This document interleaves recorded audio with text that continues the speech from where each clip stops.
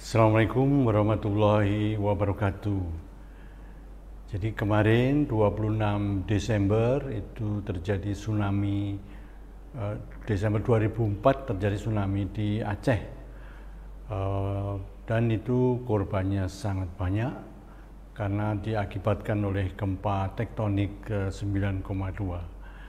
Dan ini mestinya harus menjadi peringatan dan pelajaran bagi kita semua yang ada di Indonesia. Tsunami itu bukan yang pertama di Indonesia, termasuk juga yang ada di Aceh itu sudah berulang. Termasuk juga terjadi 22 Desember 2018 itu terjadi juga di Banten pada waktu itu. Tapi karakternya berbeda.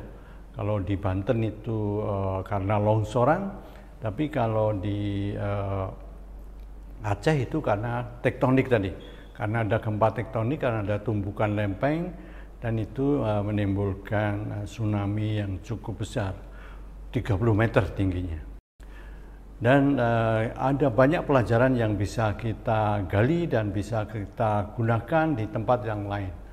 Pertama, jadi pada waktu terjadinya gempa di tsunami di Aceh itu, terjadi air laut surut. Nah, sehingga pada waktu itu hari Minggu banyak orang berjalan-jalan, juga masyarakat juga di dekat pantai, mereka melihat bahwa pada waktu surut itu banyak ikan yang menggelepar-gelepar, sehingga semua orang melihat itu langsung menuju ke pantai, membawa karung dan lain sebagainya, semuanya untuk mengambil ikan, sampai berulang-ulang mengambilnya seperti itu. Padahal pada waktu itu juga banyak orang sudah merasakan, loh, ada bau menyengat gas. Nah, jadi pada waktu laut surut itu ternyata gas-gas juga ikut terbuka dan itu bisa terbau. Nah, dari sini kita bisa mengetahui, belajar bahwa tsunami itu menyebabkan laut surut, dan itu nanti akan balik 15 atau 20 menit kemudian baru balik menjadi tsunami tadi. Artinya semua orang yang di pantai mestinya harus mengingat ini, bahwa ada ini laut surut yang panjang dan jauh ini, lama ini bukan surut biasa, tapi ini adalah surut karena tsunami, sehingga harus segera berlari meninggalkan pantai. Pada tahun 2004 itu kita bisa melihat bahwa ternyata banyak masyarakat kita belum teredukasi terkait dengan tsunami ini, sehingga mereka, ya kita lihat tadi, semua menuju ke pantai malah mengambil ikan. Akhirnya pada waktu tsunami datang mereka tidak sempat lagi menghindar, apalagi kecepatannya bisa sangat besar, ya ratusan kilometer per jam kecepatannya itu, sehingga lari tidak memungkinkan. Kemudian dari pelajaran yang lain kita bisa melihat bahwa dari kecepatan yang tinggi tadi ternyata dia bisa membawa PLTD. Di sana ada kapal yang PLTD tadi, tenaga diesel tadi, ditempatkan di tengah laut sana, dan itu bisa terhempas ke pantai sampai 3 km. Padahal itu beratnya 2.600 ton, nah, sangat jauh. Berarti power dari tsunami itu sangat besar sekali. Kalau PLTD sebesar itu terangkut, berarti kapal-kapal kecil semuanya terangkut, dan kita bisa melihat video pada waktu itu. Dan barang-barang yang terangkut inilah yang bisa membuat orang tadi terbunuh, karena debris yang terbawa ini bisa membuat orang terbunuh. Kalau air mungkin kita masih bisa berenang, tapi kalau itu debris banyak campuran, ada kayu dan lain sebagainya, apalagi dasar laut samudra juga tergerus, warnanya menjadi hitam, nah itu membuat kita menjadi celaka karenanya, dan kita mungkin akan kesulitan seperti itu, jika korbannya menjadi sangat banyak. Dan dari hasil kajian beberapa peneliti menunjukkan bahwa ternyata ini bisa menjauh, yang terkena itu adalah sampai 11 km. Memang mengecil sih, cuman itu cukup jauh.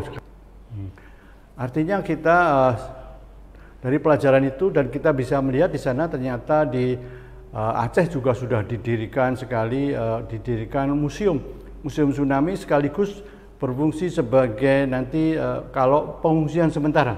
Nah, sehingga mereka bisa lari di situ mengungsi. Itu sudah disediakan di pantai, sehingga orang tidak perlu lari terlalu jauh. bisa langsung masuk ke museum itu. Termasuk tadi di kapal tadi dijadikan museum, kapal PLTD tadi juga dijadikan museum dan tempat pengungsian sementara. Nah, ini ada satu hal yang sungguh menarik lagi.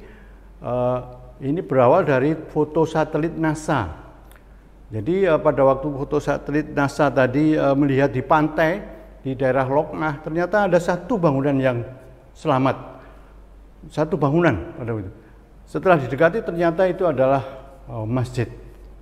Masjid Rahmatullah. Nah, jadi istilahnya memangnya namanya demikian. Jadi masjid itu ternyata kenapa bisa selamat tadi, semua rata dengan tanah, tidak ada bangunan yang lain. Jadi ternyata dia mempunyai banyak pilar-pilar, lubang-lubang tadi, sehingga air laut tsunami tadi bisa menerobos begitu saja. Dan itu terjadi juga di Baitur Rahman, Masjid Baitur Rahman yang juga menggunakan pilar-pilar yang sama tadi. Sehingga Baitur Rahman itu kita bisa melihat semua, dia dipakai untuk mengungsi banyak orang di sana pada waktu itu, puluhan ribu malah, jadi bisa seperti itu. Nah, ini juga satu hal bahwa ternyata masyarakat dulu juga sudah menyiapkan bangunan agar mereka bisa selamat karena itu. Jadi membuat bangunan yang berlubang di bagian bawahnya. Itu dan sekarang dipakai, kearifan lokal ini dipakai untuk membuat semua bangunan yang ada di Aceh itu semua di bawahnya adalah berlubang. Semua kantornya ada di atas, nah jadi seperti itu.